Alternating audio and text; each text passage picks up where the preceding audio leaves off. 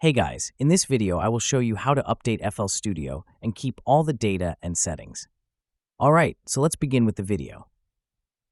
First, you'll have to go to their official website and download it for your Mac OS or Windows.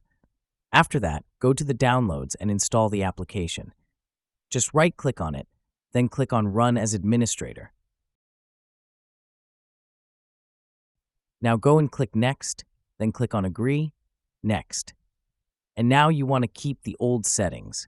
So make sure that you have this option right here unchecked because you do not want to clear these settings. I want to keep all the settings as before.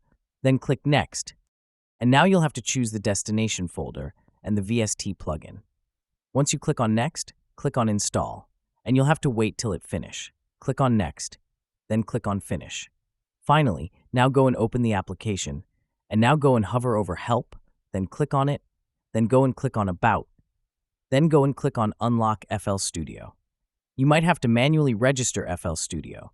Again, it is not a big deal in this case. Just type in your username and password here in this section, Renew, or simply import your license file by clicking on Unlock with File in this section on the top right side. And now if I go back to the file and open, I will see here all my settings and all the things are kept as before the update. And that's it. So that's basically how you can update FL Studio and keep all the data and settings.